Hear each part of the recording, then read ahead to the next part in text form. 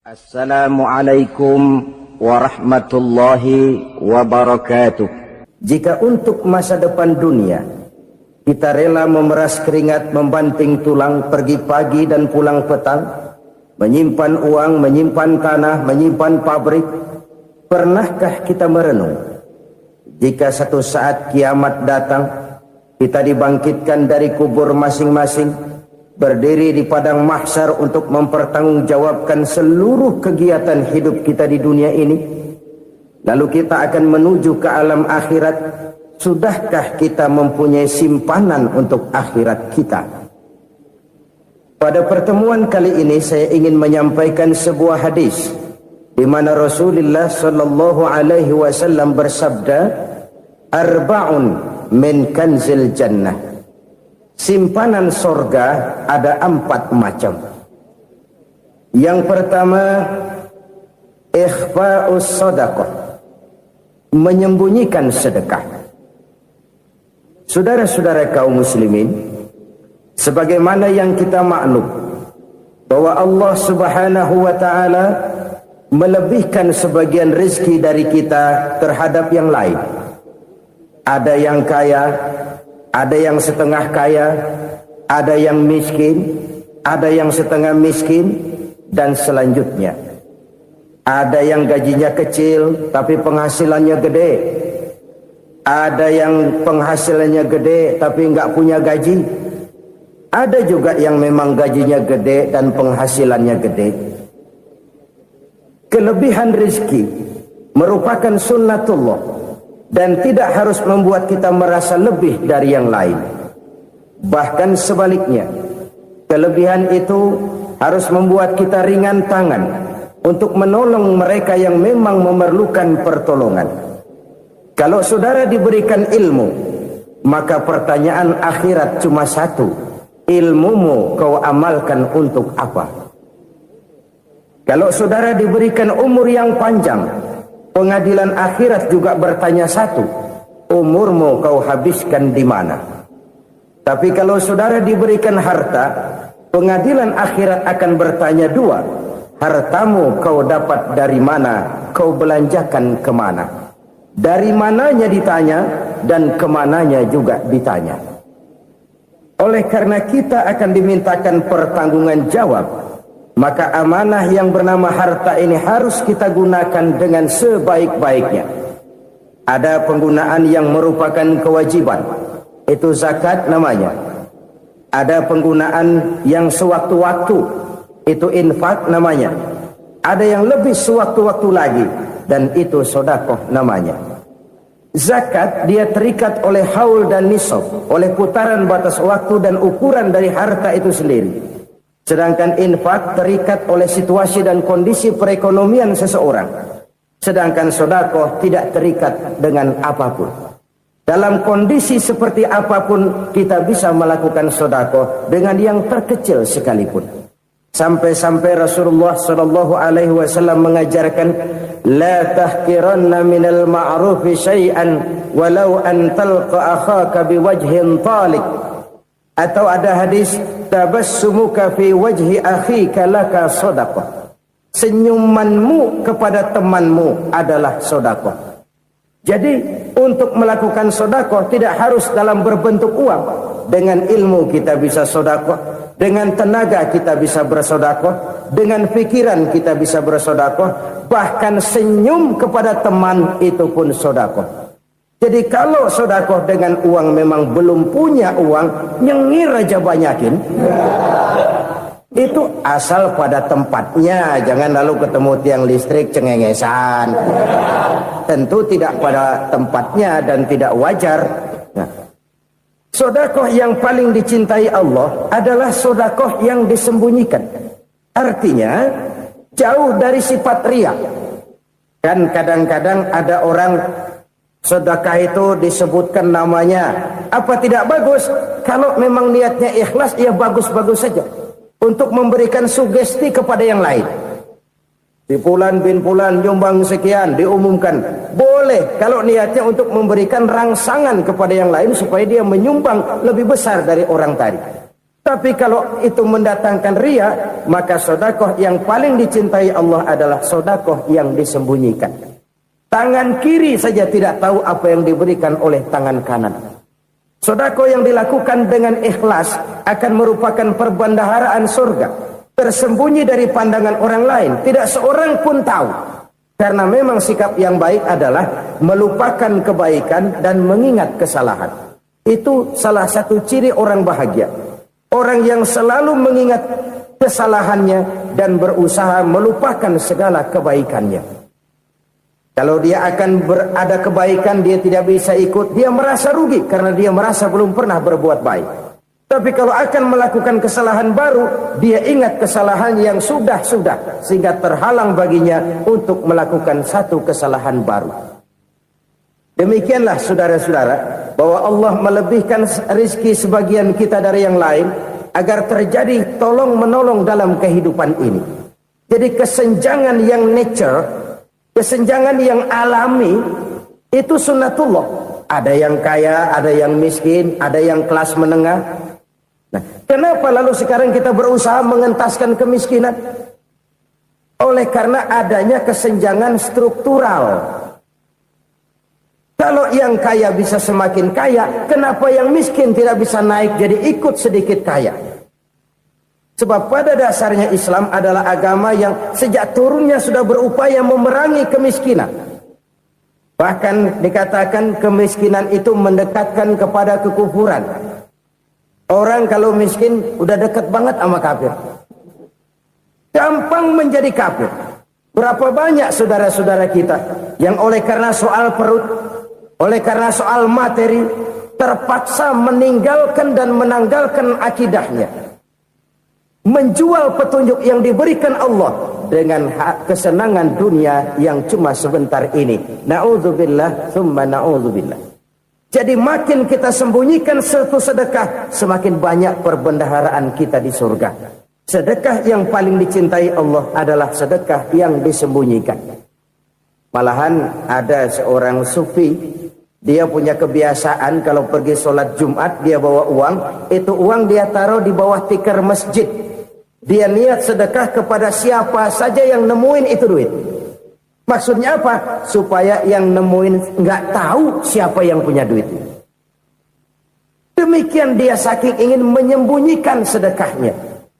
Karena sifat ria itu bisa memakan amal kita sendiri. Ria itu termasuk menyebut-nyebut kebaikan kita. Orang yang suka nepuk dada, sedikit-sedikit ngitungnya kalau nggak gua. Tuh kalau nggak gua tuh. Tuh yang belas itu kalau nggak gua, kalau nggak gua. Iya kalau nggak lu kenapa emang? Orang yang suka menepuk jasa. Tuh, biasanya memang begitu saudara-saudara. Kalau perang lagi berkecamuk, orang nggak sempat ngaku jadi pahlawan. Tapi begitu perang selesai, yang kagak kenal bedil ngaku pahlawan, mas.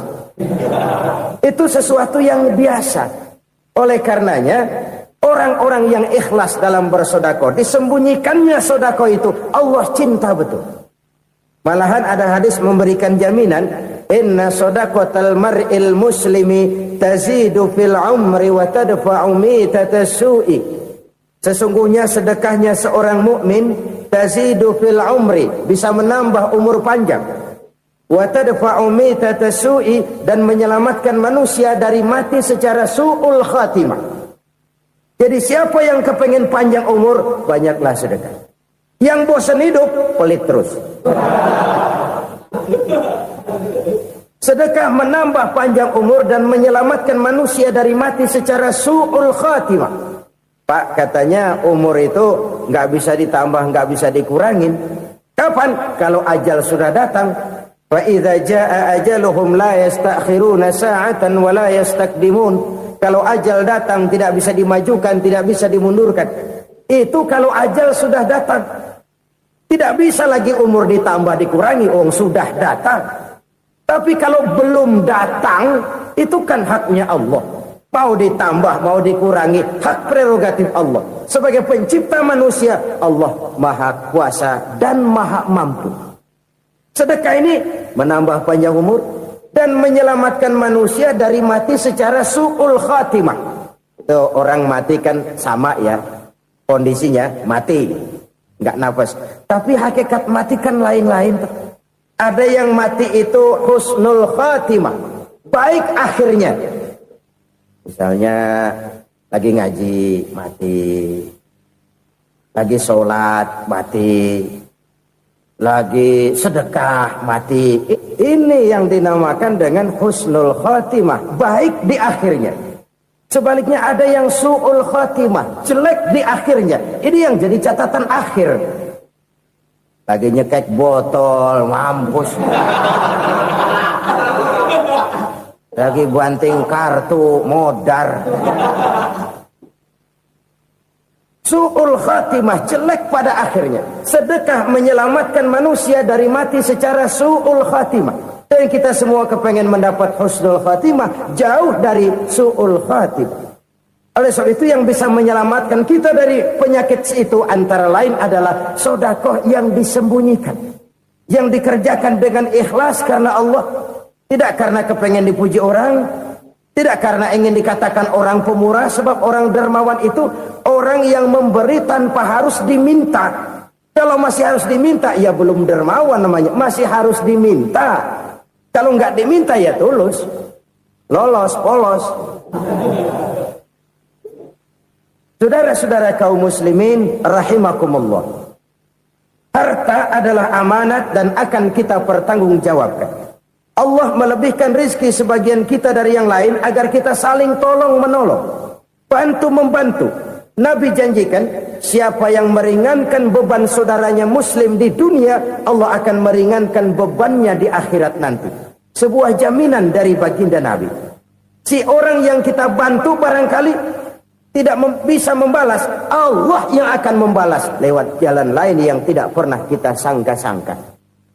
Ada orang tanya, Pak, ini ada orang nyumbang masjid sambil marah-marah, bagaimana? Saya bilang sumbangannya aja ambil, marahnya jangan.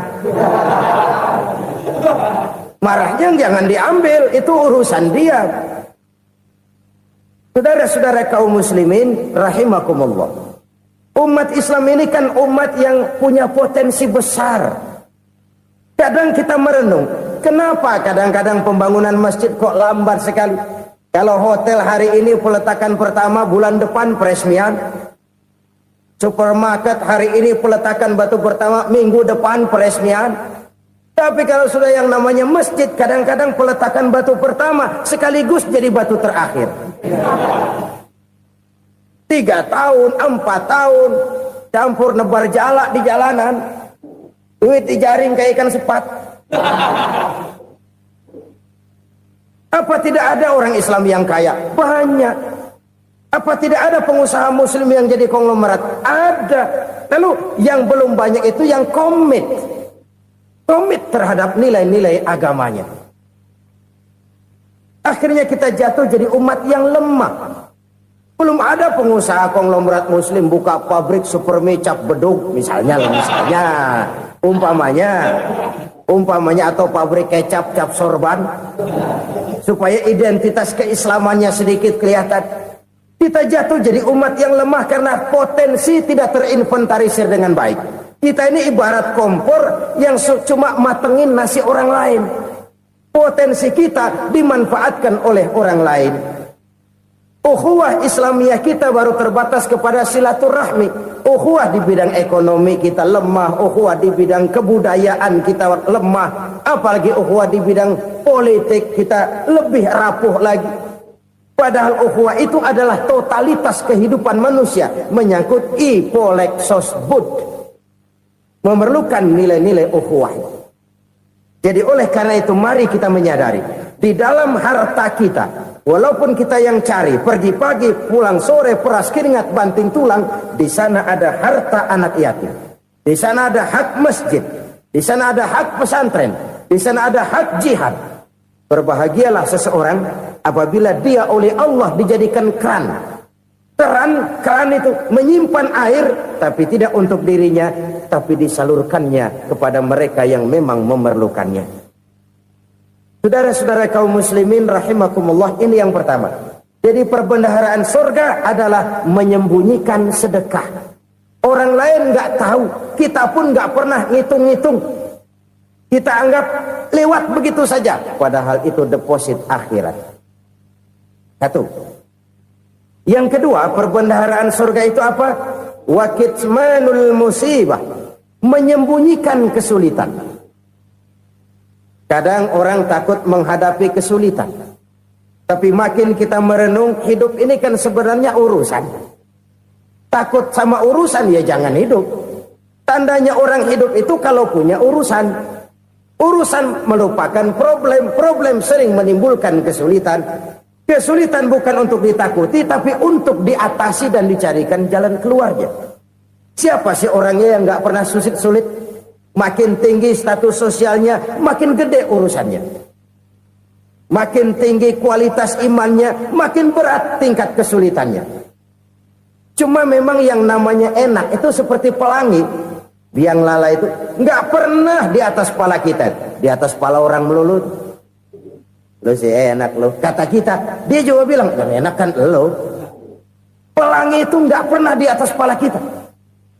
Kata tukang beca, aduh enak ya naik Mercy.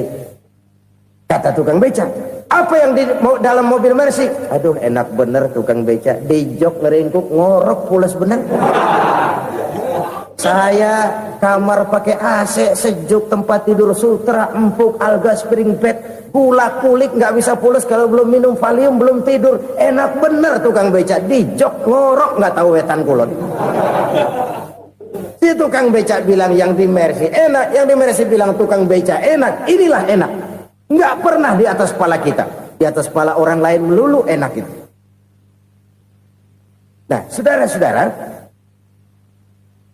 yang merupakan perbendaharaan surga itu orang yang bisa menyembunyikan kesulitan, baik pribadi ataupun rumah tangga. Nih terutama rumah tangga yang jadi soalnya. Kadang-kadang kita ini kalau senang, sebaliknya kalau senang kita diam, kalem aja, cuek.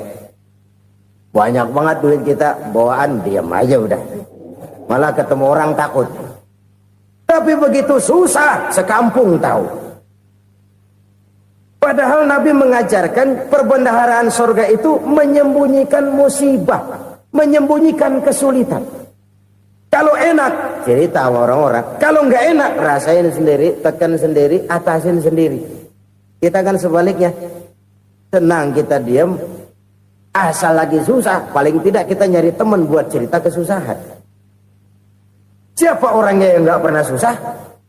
Cuma soalnya bagaimana kita mengatasi kesusahan itu sendiri.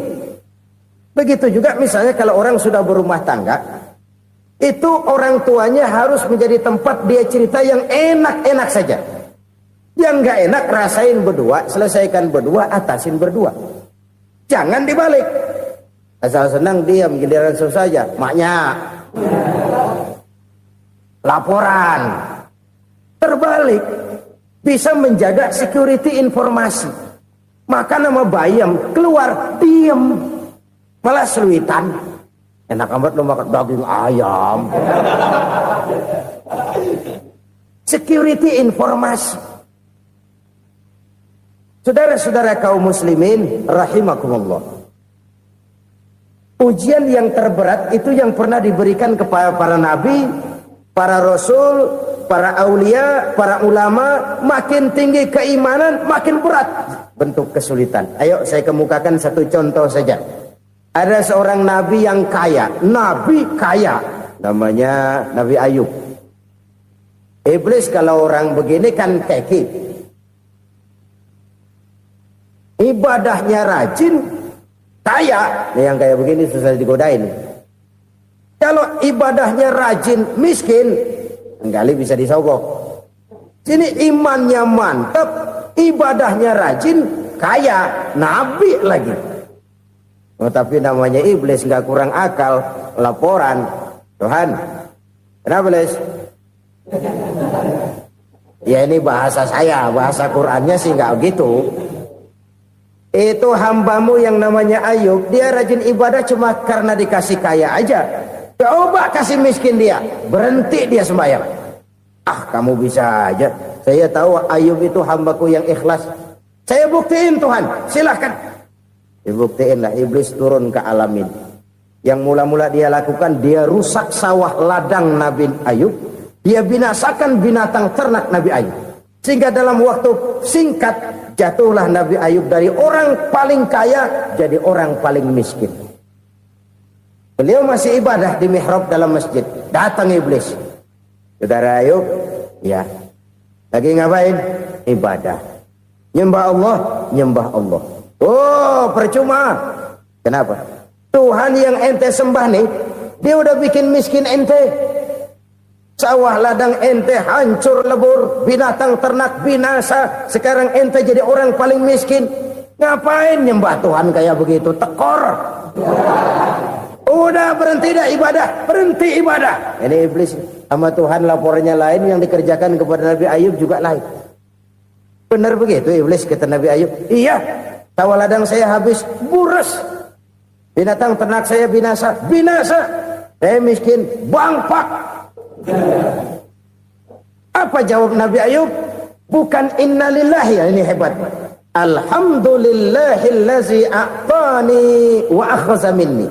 Segala puji bagi Allah yang telah memberikan harta kepada saya dan sekarang mengambilnya lagi. Alhamdulillah. Allah yang ngasih, Allah yang ambil. Itu mah urusan Allah. Iblis cuman ibadah jalan terus, sujud lagi Nabi Ayub. Iblis seleher gondok banget. Dasar Nabi nggak mempan dia apa-apain. Miskin malah alhamdulillah. Allah yang ngasih, Allah yang ngambil. Jadi kalau kita tidak komit, kita tidak terikat kepada kaya, miskin, senang, susah, apa yang bisa bikin kita susah? Jadikan kekayaan, kemiskinan, jadikan senang, susah sebagai anak buah yang bisa kita atur. Jangan kekayaan ngatur kita, jangan kemiskinan ngatur kita. Kita yang harus mengatur mereka. Senang, susah, kaya, miskin, bahagia, sengsara, jadikan itu anak buah yang bisa kita atur. Kalau sekarang kita kaya, lain saat boleh jadi kita miskin, semiskin-miskinnya. Allah yang ngasih, Allah yang ngambil. Tenaga mana yang bisa menghalangi? Ibadah jalan terus. Iblis makin gondok. Dasar Nabi loh. Akhirnya apa? Nabi Ayub dikerjain, diberikan penyakit. Demikian fatal penyakitnya. Bayangin, udah miskin sakit. Masya Allah. Miskin sakit. Sakitnya nggak lama, kira-kira 16 tahun. Istrinya 3, 2 mental minta ceraiin. Ngerawatin laki bengek begini. Senang belum tentu, susah udah pasti nih. Cerai aja, cerai dah. Cerai. Tinggal satu Siti Rahmah yang setia menemani beliau.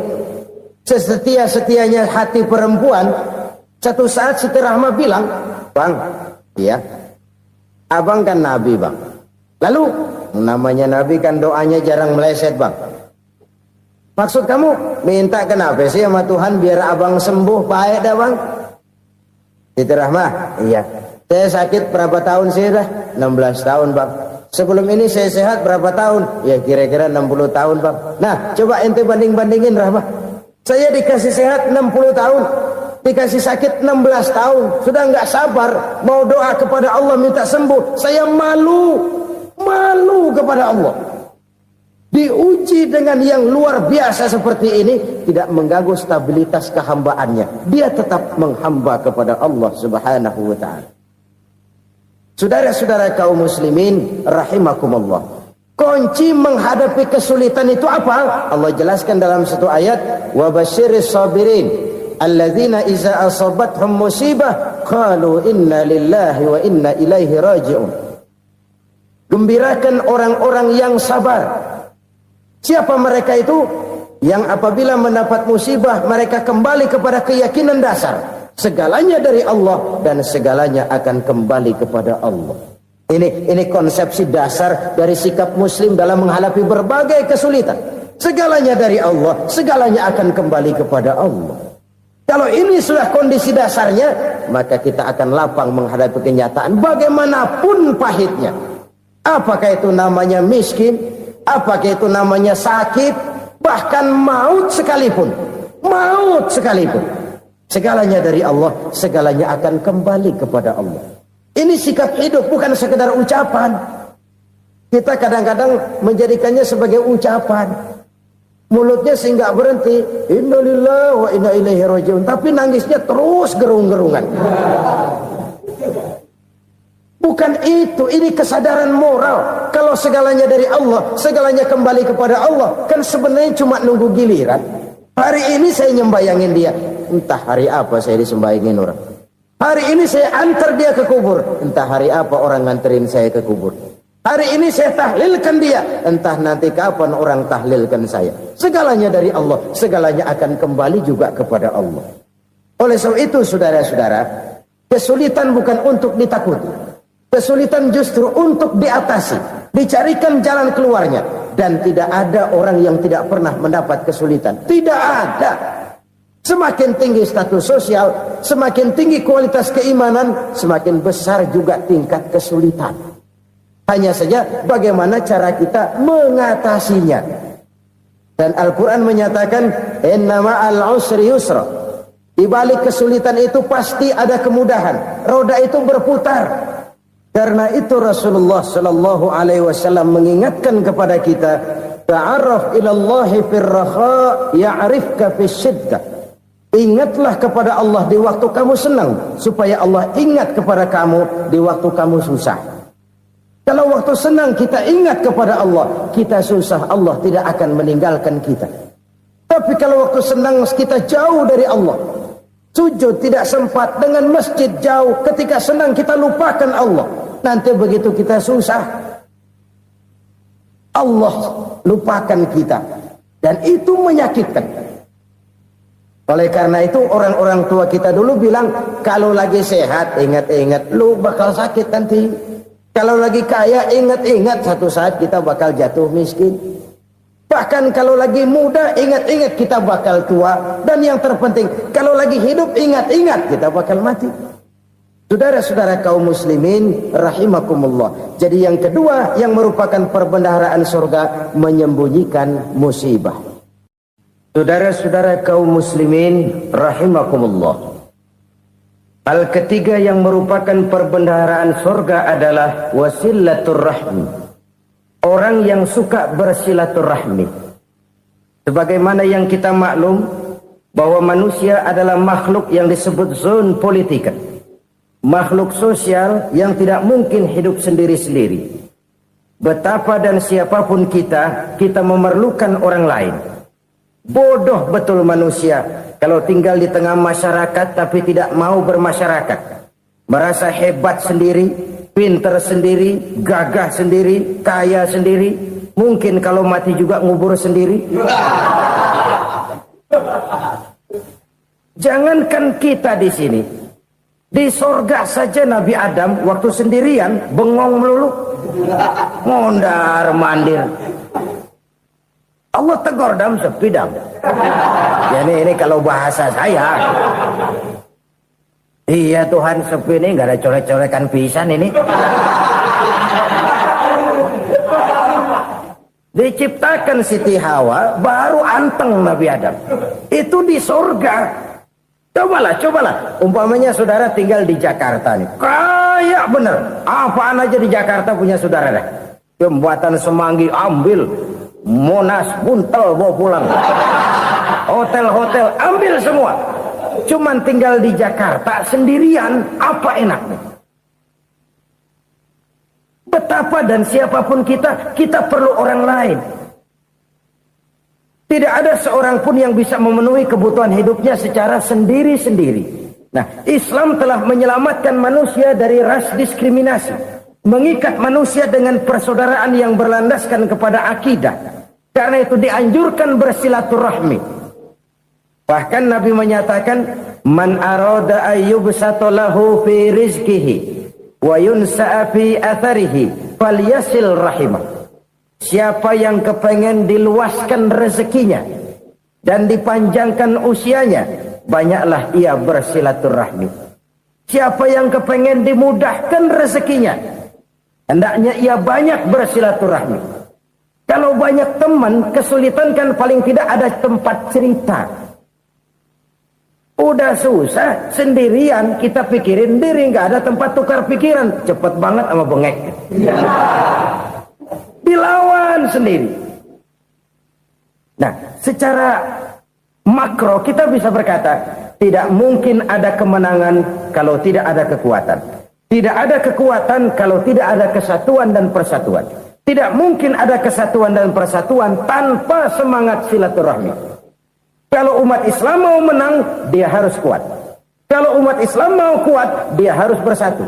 Kalau umat Islam mau bersatu, dia harus membudayakan silaturahmi ini. Bahkan sampai-sampai kata Nabi, kalau bisa cari nilai tambah. Apa? Silman qata'ak. Bersilaturahmilah kau kepada orang yang marah denganmu. Masya Allah, indahnya ajaran agama kita. Orang yang marah pun kepada kita, kata Nabi, kalau bisa bersilaturahmilah kepadanya, kepada orang yang marah itu. Di situ nilai tambah. Cuman jujur nih hadis, ngucapinnya gampang, ngamalinnya yang berat banget.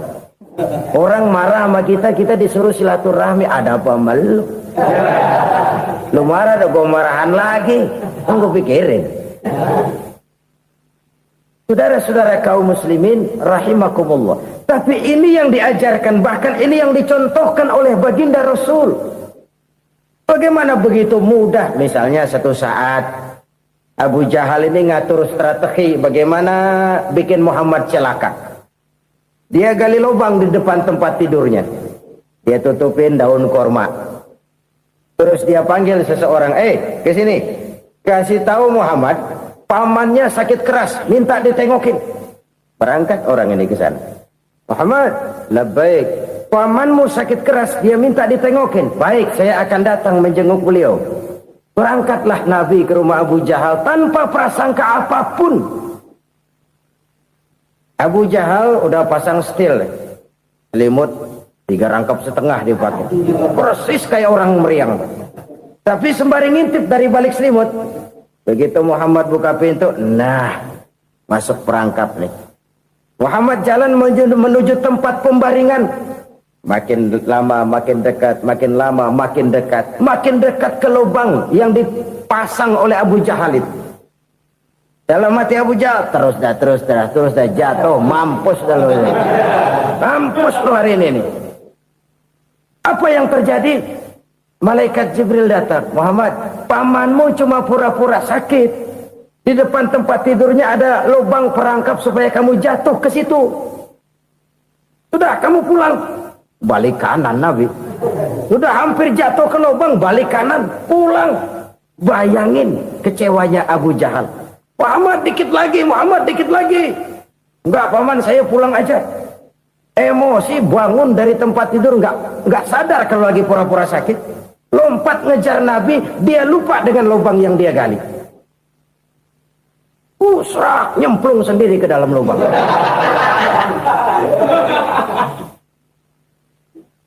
Nabi terus berlalu. Ini terjadi keanehan. Jatuh ke lubang yang dia gali itu sebenarnya nggak terlalu dalam ya, antara 3-4 meteran lah. Tolong saya jatuh ke lubang ini. Datanglah pelayan-pelayannya itu. Angkat saya dari sini. Ngulurin tambang. Satu gulung belum juga nyampe itu tambang. Kurang, beli lagi ke warung. Sambung, ulur lagi, nggak juga bisa sampai. Wah ini kerjaan Muhammad ini. Tolong siapa salah seorang kamu ke rumah Muhammad, kasih tahu encangnya kecebur. Minta ditolongin. Sampaikan kepada Rasul. Kenapa? Pamanmu jatuh ke lubang, Muhammad minta tolong diangkatin. Tambang udah nyambung-nyambung nggak nyampe juga. Ya, nanti saya datang saya tolong. Coba. Nyata-nyata orang berniat jahat mau mencelakakan dia. Datang dia menolong. Ini yang disebut air tuba dibalas air susu ya ini. Bukan sebaliknya. Air tuba dibalas air susu. Paman, kecebur ya? Iya Muhammad, tolong ini. Pegang tangan saya. Nabi ulurkan tangannya. Nyampe. Dipegang oleh Abu Jahal. Diangkat ke atas. Sampai atas, apa kata Abu Jahal? Sihirmu memang hebat Muhammad. Udah ditolongin dikata sihir. Yang enak kita kemplang kan itu orang begitu. Urusan apa? Tapi inilah akhlak. Kalau bisa kamu bersilaturahmilah dengan orang yang marah kepadamu sekalipun. Orang marah kita tetap baik. So, kalau kita berbuat baik sama orang yang memang baik, rasanya sih biasa-biasa aja. Orang baik kita baik lagi, ya draw aja, belum ada nilai tambah di situ. Baru ada nilai tambah kalau kita bisa berbuat baik kepada orang yang nyakitin kita. Itu namanya kita setingkat di atas dia. Dia sakitin kita, kita berbuat baik sama dia. Dia pelit sama kita baik sama dia. Dia marahin kita deketin dia. Di situ kita punya nilai tambah. Jadi siapa yang ingin diluaskan rezekinya, kata Nabi, dan dipanjangkan umurnya, hendaklah ia banyak-banyak bersilaturahmi. Sederhana sebenarnya silaturahmi, tapi silaturahmi membangkitkan semangat kesatuan dan persatuan. Kesatuan dan persatuan melahirkan kekuatan. Dalam matematika 1 ditambah 1 pasti 2. Tapi di tengah masyarakat, 1 orang takut ditambah 1 orang takut, hasilnya jadi 2 orang setengah berani. Kenapa setengah berani? Karena udah berdua. Tadi pan takut sendirian. Kalau dia kumpul turu-turu takut lah jadi berani. Kita yang lemah, kita yang tidak berdaya, kita yang miskin, kalau mau kompak bersatu, apa yang nggak bisa kita kerjain? Apalagi tinggal di kota besar, pilihan cuma 2 itu. Bertahan atau minggir. Bertahan atau minggir. Untuk bisa bertahan harus mampu bersaing. Untuk mampu bersaing harus punya keahlian. Keahlian harus ditunjang dengan pendidikan, ditambah oleh kekompakan sebagai umat. Udah miskin mencar mulu, orang injak kita. Orang nggak pandang urusan apa yang malu. Oleh karena itu, silaturahmi pada hakikatnya merupakan ruh dari ukhuwah yang diajarkan oleh agama kita. Bagaimana Islam menyelamatkan masyarakat manusia dari ras diskriminasi, mengikat manusia, dan tidak ada persaudaraan yang lebih indah selain persaudaraan yang diikat dengan nilai-nilai akidah. Sepanjang orang di jalan Allah, itulah saudara kita. Keluar dia dari jalan Allah, selesailah persaudaraan sampai di situ. Karena itu, kalau ingin menyimpan sesuatu di surga, banyaklah bersilaturahmi. Datang ke rumah ini, datang ke rumah itu, dan lain sebagainya. Itu simpanan kita di akhirat nanti. Ini yang ketiga. Saudara-saudara, yang keempat, perbendaharaan surga itu apa? Wa qawlu la hawla wa la quwwata illa billah. Ucapan la hawla wa la quwwata illa billah. Ibadah kan ada yang berat, modalnya besar. Bangun masjid berat, modalnya besar. Bangun rumah sakit berat, modalnya besar. Ada ibadah yang berat tapi modalnya ringan. Misalnya puasa. Puasa itu berat, mengendalikan nafsu. Kalau sekedar nggak makan nggak minum sih enteng, mengendalikan nafsu. Itu jihad terbesar, tapi kan modalnya ringan, cuma niat saja. Ini ibadah berat, modalnya ringan. Ada ibadah yang ringan, modalnya juga enteng. Seperti termasuk ucapan la haula wa la quwwata illa billah. Tanpa sadar, la haula wa la quwwata illa billah. Nyelengin tuh di surga. Nyelengin, kita nggak terasa, nyelengin simpenan akhirat. La haula wa la quwwata illa billah. Nyimpan lagi. Kaget, la haula wa la quwata illa billah, nyimpan lagi, banyak simpanan. Walaupun sebenarnya yang dimaksud di sini adalah kesadaran batin bahwa tidak ada daya dan kekuatan kecuali Allah. Itu intinya. Kita memulai pekerjaan disunahkan baca bismillah, kan begitu? Apa itu? Kesadaran moral. Bahwa ini saya bisa kerjakan. Saya kerjakan ini dengan menyebut nama Allah. Kenapa? Kalau Allah tidak memberikan daya dan kekuatan, mana mampu saya kerjakan ini. Maka saya kerjakan ini dengan menyebut nama Allah. Bismillah. Kesadaran moral. Manusia hanya wajib berusaha, tapi nggak pernah wajib berhasil. Banyak hal-hal yang kalau kita renungkan secara rasio nggak mungkin. Tapi jadi kenyataan, la haula wala quwata illa billah. Tidak ada daya dan kekuatan kecuali bagi Allah semata-mata. Kesadaran moral akan kelemahan dan keterbatasan makhluk bernama manusia. Kadang kita kagum dengan otak, tapi kita sering lupa sama yang bikin otak. Padahal bagaimanapun hebatnya otak, yang bikin otak pasti lebih hebat dari otak. Nggak percaya, silahkan otak-otakan. Inilah kecenderungan. Kita kagum dengan pesawat-pesawat mutakhir, bukan main, besi gede banget terbang itu. Alangkah hebatnya. Lalu apa yang bikin otak tidak lebih hebat dari itu semua?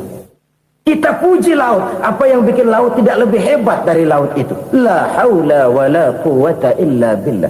Tidak ada daya dan kekuatan kecuali Allah. Apa yang bisa kita lakukan kalau tidak karena daya dan kemampuan yang diberikan oleh Allah kepada kita? Lahirlah sikap tawadu, rendah hati, tidak melonjak menjadi angkuh dan sombong, sadar akan kelemahan dan keterbatasan diri sebagai makhluk yang diciptakan oleh Allah Subhanahu wa taala. Jadi satu sisi ini ucapan yang berpahala, la haula, jadi wiridan. Pada sisi lain ini kesadaran moral, sikap mental, kesadaran batin bahwa yang punya daya dan kekuatan itu cuma Allah. Kita nggak pantas untuk sombong, sebab sombong itu pakaiannya Allah. Kita nggak sedang pakai pakaian Allah, kegedean. Dan makin kita renungi, makin terbentur. Apa sih yang bisa kita sombongin? Kita mau sombong apa? Kaya, pintar, itu kan semua relatif. Di atas langit masih ada langit lagi. Jadi oleh karenanya, marilah kita menyadari, manusia hanya wajib berusaha, tapi tidak pernah wajib berhasil. Yang berusaha saja tidak wajib berhasil, apalagi yang tidak berusaha. Islam bukan agama orang pemalas yang selesai sholat lalu ngelohom, nggelenggem ayem-ayem. Tapi Islam bukan agama orang sombong yang setelah berusaha lalu tidak memerlukan Allah. Kita bisa saja bikin proyeksi, tahun sekian kita bakal panen besar menurut perhitungan otak. Tapi ada kejadian lain. Apa? Tikus ngambek. Habis itu dimakanin tikus, panen gagal. Proyeksi rasional gagal oleh tikus-tikus yang ngambek itu. Bisa saja terjadi. Tahun depan kita panen besar, urung. Kenapa? Musim panas panjang. Dan sekarang ini koran-koran bikin berita musim mengalami penyelewengan. Bukan cuma manusia yang nyeleweng sekarang. Musim pakai nyeleweng. Mestinya kan musim hujan udah selesai, masih hujan-hujan juga. Musim. Nah sekarang kita boleh bikin proyeksi, kita bakal panen besar. Tahu-tahu musim panas panjang, sawah retak, air kering. Cari teknokrat yang paling botak, suruh pendekin tuh musim panas. La haula wala quwata illa billah. Inilah kesadaran moral. Saudara, saya teringat satu saat ada seorang konglomerat. Umurnya ya kira-kira 70-an. Suatu saat dia ditanya oleh wartawan, "Pak, umur Bapak berapa sih?" "Ya paling 10 tahun." 10 tahun? 10 tahun? Anak Bapak berapa orang? Aduh. Satu saja? Satu. Harta Bapak berapa? Ya paling-paling bangsa 7 juta kali. 7 juta? Iya. Pak, kenapa Bapak bohongi saya? Bapak punya buku biografi. Koran-koran, majalah-majalah banyak memuat cerita riwayat hidup Bapak. Saya tahu umur Bapak 70. Kenapa bilang cuma 7 tahun? Saya tahu anak Bapak 8. Kenapa cuma bilang 1? Saya tahu harta Bapak miliaran, mungkin triliunan, pabrik di mana-mana, bank di mana-mana. Kenapa bilang uang Bapak cuma 7 juta? Nah, kata si konglomerat tadi, kamu benar nak, kamu benar. Umur saya kalau jumlahnya memang 70 nak. Cuman ingat-ingat saya, baru 7 tahun terakhir ini saya sujud. Baru 7 tahun terakhir ini saya berusaha dekat dengan Allah. Saya laksanakan perintahnya, saya jauhi larangannya. 7 tahun inilah rasanya yang ada nilainya di hadapan Allah. Yang 63 tahun matong, kelabu, kelem umur gue. Habis untuk maksiat, untuk munkarat. Maka ketika ditanya tadi, umur saya 7 tahun itu. Oh begitu Pak. Oh iya. Lalu anak Pak. Anak bapak kan 8. Kenapa bilang cuma 1? Nah, kalau jumlah hitungannya memang anak saya 8. Tapi dari 8 orang ini rasanya cuma 1 nih. Yang bakal jadi buah hati, belahan jantung. Pelanjut cerita, penerus sejarah. Bakal jadi anak soleh yang akan mendoakan saya. Cuma 1 rasanya anak saya ini yang bakal jadi buah hati saya. Besar-besaran saya. Yang akan mendoakan di kubur saya. Yang akan mendoakan di akhirat saya. Yang 7 orang mana? Masya Allah, yang atu tenggeng, yang atu nyekek botol mulu, yang atu nggak karu-karuan. Makanya saya bilang 1 anak saya yang akan bisa mendoakan saya. Oh begitu Pak. Iya. Nah harta Pak, harta Bapak kan triliunan, pabrik Bapak di mana-mana, uang Bapak hampir di tiap bank-bank besar. Kenapa bilang cuma 7 juta? Betul kau nak. Harta saya kalau jumlahnya memang miliaran, triliunan mungkin. Tapi yang saya ingat baru 7 juta tuh yang saya belanjakan di jalan Allah. Saya nyumbang masjid, saya santuni yatim piatu, saya bantu pembangunan pesantren, saya bantu pembangunan rumah sakit Islam. Itu yang akan saya bawa pulang ke akhirat, yang 7 juta itu. Yang triliunan itu nanti akan diperebutkan oleh anak-anak saya sebagai waris saya. Jadi harta saya 7 juta itu yang bakal nemenin saya di akhirat. Yang akan saya bawa pulang jadi teman saya. Saudara-saudara kaum muslimin, jangan-jangan orang tua itu adalah kita-kita ini. Jangan-jangan kita-kita ini adalah orang tua itu. Jangan-jangan itu potret dari diri kita masing-masing. Dari sekian umur yang diberikan Allah, berapa tahun yang ada nilainya di hadapan Allah? Dari sekian anak-anak yang merupakan amanah, berapa yang akan mendoakan kita sebagai orang tuanya menjadi anak soleh? Dari sekian banyak harta yang diberikan Allah, berapa yang akan kita bawa pulang menghadapnya nanti, yang kita belanjakan di jalan Allah? Ini sebuah potret kehidupan. Karena itu kita kembali kepada la haula wa la quwwata illa billah. Kita wajib berusaha, kita wajib berikhtiar. Selebihnya, segala daya dan kekuatan hanya milik Allah saja semata-mata. Satu kesadaran batin dari setiap pribadi muslim. Setelah ia berusaha dan berikhtiar, ia menyerahkannya kepada Allah Subhanahu wa ta'ala. Jadi, satu sisi ini merupakan wiridan ucapan yang mengandung pahala. Pada sisi lain, ini merupakan sikap batin dari seorang muslim di dalam ia menghadapi realitas kehidupan ini. Saudara-saudara kaum muslimin, rahimakumullah. Kalau ini kita jadikan satu basis kehidupan, maka ini akan menyelamatkan manusia dari kemungkinan tergelincir menjadi orang yang lupa diri dan lupa darat. Sebab itu Imamul Ghazali berpesan, jadidis safinah fa innal bahra amiq wa khuziz zad fa inna safara ba'id wa khaffifil hamla fa innal hamla sadid. Perbarui selalu kapalmu karena lautan sangat dalam. Bawa bekal yang banyak karena perjalanan ini sangat jauh. Ringankan beban karena kebanyakan beban akan menyakitkan. Alangkah indah kalimat ini, alangkah dalam makna yang terkandung di sana. Perbarui selalu kapalmu karena lautan sangat dalam. Apa artinya ini? Jaga mentalmu baik-baik. Pelihara imanmu baik-baik karena hidup penuh cobaan seperti lautan. Kita kalau berlayar di lautan kan kadang-kadang tenang, angin bertiup sepoi-sepoi basah. Jika malam datang, bintang gemintang bertabur menghias cakrawala. Rembulan memantulkan sinarnya dengan indah. Dalam keadaan begitu berlayar enak. Tapi lain saat ombak menggunung, halilintar menyambar, angin topan bertiup. Berapa banyak sudah saudara-saudara kita yang tenggelam di lautan dunia tanpa sadar bahwa dia belum sampai kepada pantai yang akan dituju. Berapa banyak sudah Saudara-saudara kita yang tenggelam di lautan dunia ini tanpa sempat bangkit lagi. Dia menyangka sudah sampai kepada tujuannya. Hati-hati kapal jangan sampai bocor karena lautan sangat dalam. Iman ini jaga baik-baik karena hidup penuh dengan ujian. Wa khuzizat fa inna safara ba'id. Bawa bekal yang banyak karena perjalanan sangat jauh. Saudara mau ke Bandung, bawa duit. Saudara mau ke Surabaya, banyakan lagi duitnya. Saudara mau ke Mekah, gepokan, iketan tuh duit nggak lembaran lagi. Makin jauh perjalanan, makin banyak bekal yang harus kita bawa. Kalau saudara dari Jakarta mau ke Surabaya, kagak bawa duit berangkat juga, itu sih bukan berani namanya, nekat.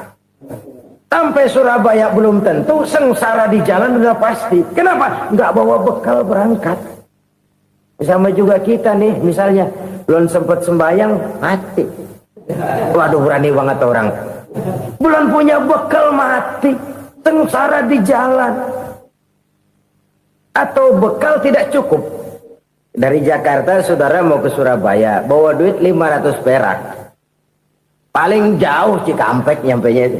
Paling jauh itu. Antara jauhnya perjalanan dengan bekal yang saudara bawa tidak seimbang.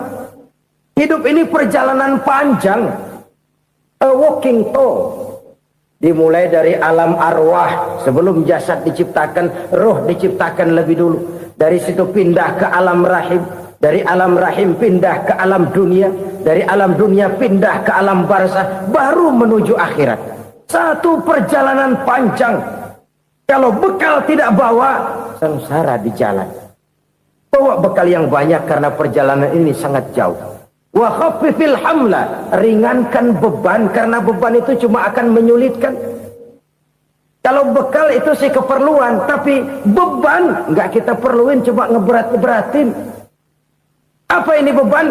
Dosa, kecurangan, kebatilan, kezoliman, ketidakadilan, kesewenang-wenangan. Itu akan jadi beban kita di akhirat. Alangkah celakanya, perjalanan panjang, bekal tidak bawa, beban kelewat banyak, alamat sengsara di jalan. Pahala tidak ada, dosa berlipat ganda. Na'udzubillah, summa na'udzubillah. Kalau kita rangkum nasihat Al-Ghazali dengan kisah si konglomerat tadi, kita akan mengambil kesimpulan. Pertama, bekal terbaik dalam menghadapi gejolak kehidupan ini tidak lain adalah iman. Yang kedua, pahala dan dosa. Dua hal kontroversial.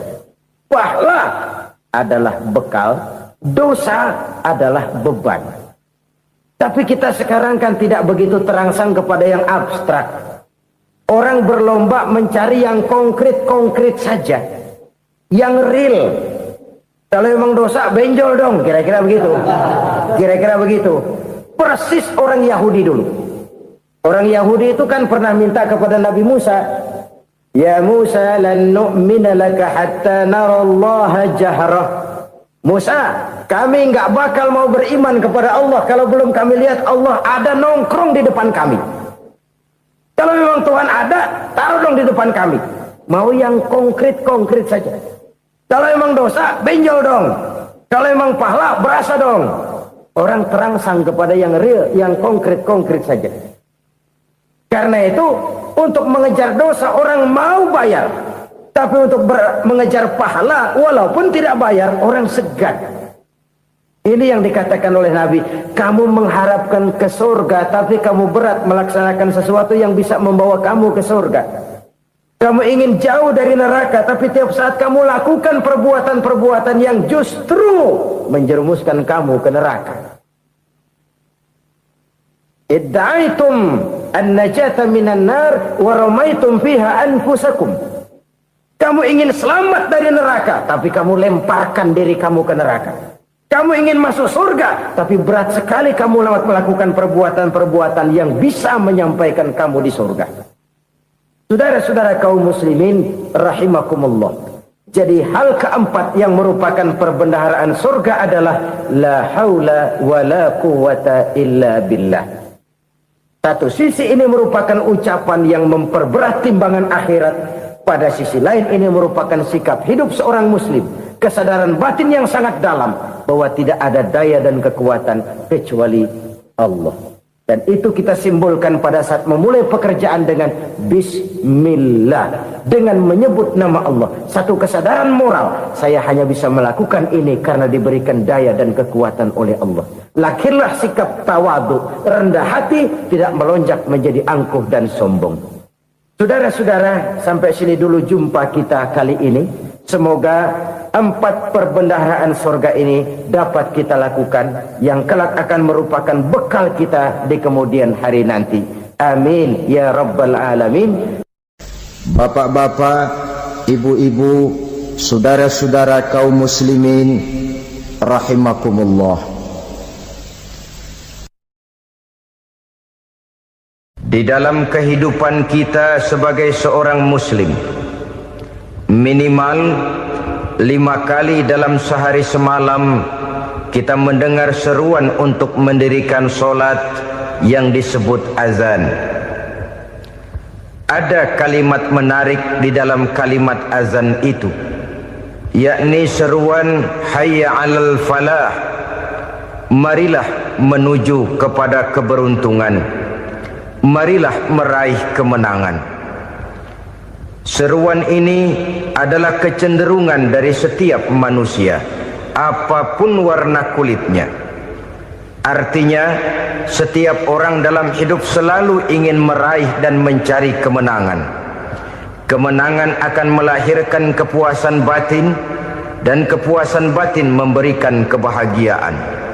Sedangkan kekalahan melahirkan penderitaan batin, dan penderitaan batin menjerumuskan seseorang di dalam berbagai bentuk kerugian. Jikalau inilah seruan azan, maka masalahnya ialah apa yang menyebabkan kita meraih kemenangan. Al-Quranul Karim memberikan tuntunan dan ajaran kepada kita bahwa orang-orang yang memperoleh kemenangan itu tidak lain adalah orang-orang yang bertakwa. Hanyalah mereka yang bertakwa kepada Allah Subhanahu wa ta'ala pada akhirnya akan tampil sebagai pemenang. Lalu siapa orang yang bertakwa itu? Dijelaskan dalam awal-awal Al-Baqarah, orang yang bertakwa yang akan meraih kemenangan.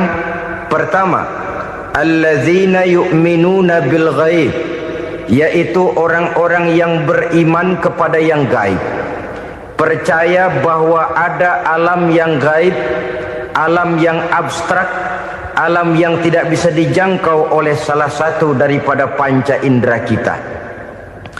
Mereka percaya dan beriman kepada adanya malaikat, beriman kepada adanya iblis dan jin, beriman kepada adanya alam kubur, beriman kepada adanya alam mahsyar, beriman kepada adanya alam akhirat, beriman kepada adanya surga dan neraka.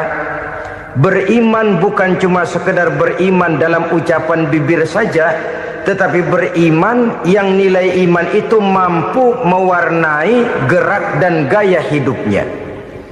Iman yang meresap sampai ke tulang sumsum, kemudian memberikan dampak positif di dalam kehidupan manusia. Alam, kita tahu, adalah sesuatu yang selain Allah, dan Allah bukanlah alam. Apapun namanya selain daripada Allah, itu adalah alam. Alam pada hakikatnya terbagi menjadi 2. Ada alam syahadah, alam nyata, alam konkret, alam yang bisa dijangkau oleh salah satu indera kita. Kemudian ada alam ghaib, alam yang tidak bisa dijangkau oleh panca indera kita, alam metafisika, alam abstrak, alam yang wajib kita imani keberadaannya. Kita percaya bahwa malaikat itu ada, kita percaya kepada jin, bahwa jin itu ada, kita percaya kepada adanya iblis dan setan. Bukan percaya kepada iblis dan setannya, percaya bahwa iblis dan setan itu ada. Itu termasuk salah satu daripada sifat orang yang bertakwa kepada Allah. Saudara-saudara kaum muslimin rahimakumullah, kecenderungan pembangunan yang lebih bersifat materialistis biasanya menggeser aspek kehidupan rohani. Orang berpikir empirik, dan dalam pola pikir yang demikian maka alam gaib tidak lagi mendapat perhatian. Aspek kehidupan yang bersifat rohaniah malah mulai ditinggalkan. Akibatnya terjadilah kepincangan di dalam kehidupan kita. Pernah ada satu pengalaman pribadi dalam perjalanan kembali ke tanah air. Dalam pesawat di sebelah kanan saya duduklah seorang Jerman namanya Heiner Simonsen. Iseng saya ajak kenalan, saya ajak ngobrol, saya tanya dia. Saya bilang, Mas Heiner ini, kalau pesawat yang kita tumpangi ini jatuh ke bawah, kira-kira apa yang bakal terjadi, Mas? Dia bilang, kita semua akan mati. Begitu? Iya. Oke. Apa itu mati? Tanya saya. Dia bilang, untuk tahu apa itu mati, kita harus tahu lebih dahulu apa itu hidup. Saya pikir nih bule bisa ngomong juga. Baiklah kata saya. Apa hidup menurut Anda itu? Oh, hidup itu dia bilang, kalau seluruh anggota badan kita bekerja secara normal, paru-paru memompa darah secara normal, jantung berdetak secara normal, sel-sel tubuh bekerja secara fit, dan organisme tubuh hanya mau bekerja secara normal, dia bilang, kalau kita memberi makan yang cukup, menu yang teratur, dan gizi yang lengkap. Saya bilang, kesimpulannya apa, Ner? Dia jawab, hidup adalah dari tangan ke mulut. Life is from the hand to the mouth, kata dia. Hidup adalah dari tangan ke mulut. Jadi masalah hidup tidak lebih daripada masalah isi perut. Orang pergi pagi, pulang sore, peras keringat, banting tulang, perut yang dibelain. Saya bilang, you are wrong. Sampean salah, Ner. Kamu orang Islam bukan? Bukan. Pantas. Kenapa saya salah? Dia bilang, ya jelas salah. Salahnya di mana? Kamu ini manusia. Kalau hidup cuma dari tangan ke mulut, saya bilang, kambing di kampung saya juga begitu pikirannya, Ner. Itu kambing di kampung saya, asal perutnya kenyang, sudah hidup dia. Perkara besok bagaimana, lusa prospeknya macam mana, bulan depan ada apa, kambing nggak pernah mikir. Di kampung saya kambing juga pikirannya begitu. Kamu Kristen ya? Tadinya. Loh kok tadinya, lalu apa sekarang kamu ini? Dia bilang, sekarang saya netral. Saya tidak beragama, tapi saya percaya kepada Tuhan sebagai pencipta alam. Saya ingat benar dia bilang, I haven't any religious, but I believe to God as the creator of the world. Kenapa bisa netral begitu, Ner? Habis saya bingung katanya. Islam bilang Islam baik, Kristen bilang Kristen baik, Hindu Buddha bilang Hindu Buddha baik, semua agama baik. Saya netral sekalian, nggak beragama. Yang penting saya percaya kepada Tuhan. Saya bilang, Ner, kamu ini kayak orang mau beli celana, lalu bingung. Yang satu bilang Levi's bagus, yang satu bilang Blue Jean hebat, yang satu bilang Wool England hebat. Celana ini hebat, celana itu bagus, celana ini hebat, semua celana bagus, kamu bingung. Akhirnya netral, tidak pakai celana. Itu juga salah. Saya pikir-pikir, kemudian saya melihat bahwa dua pola berpikir Heiner ini nampaknya sudah mulai menggejala di lingkungan masyarakat bangsa kita. Disadari atau tidak, secara jujur kita harus berkata, dua pola pemikiran Heiner ini mulai berkembang di tengah masyarakat bangsa kita. Pertama, pola pikir materialisme. Hidup adalah dari tangan ke mulut. Masalah hidup tidak lebih masalah isi perut. Itu yang perlu dibela, dan disitulah arti kehidupan. Pergi pagi, pulang sore, peras keringat, banting tulang untuk mempertahankan perut. Kalau sudah kemari cara orang berpikir, maka buat apa percaya kepada yang gaib? Untuk apa sholat? Untuk apa puasa? Untuk apa zakat? Untuk apa menghadiri majelis taklim? Tanpa kepercayaan kepada yang gaib, hidup berjalan menurut alur empiris dan materialis. Kalau sudah ke sana cara orang berpikir, biasanya orang lalu cenderung menghalalkan segala cara. Hanyalah orang yang percaya bahwa akhirat ada, hanyalah orang yang percaya bahwa alam kubur itu ada, hanyalah orang yang percaya bahwa malaikat itu ada, hidupnya akan lebih terarah dan terkendali. Karena kepercayaan kepada yang gaib, yang merupakan fase daripada kehidupan setelah hidup,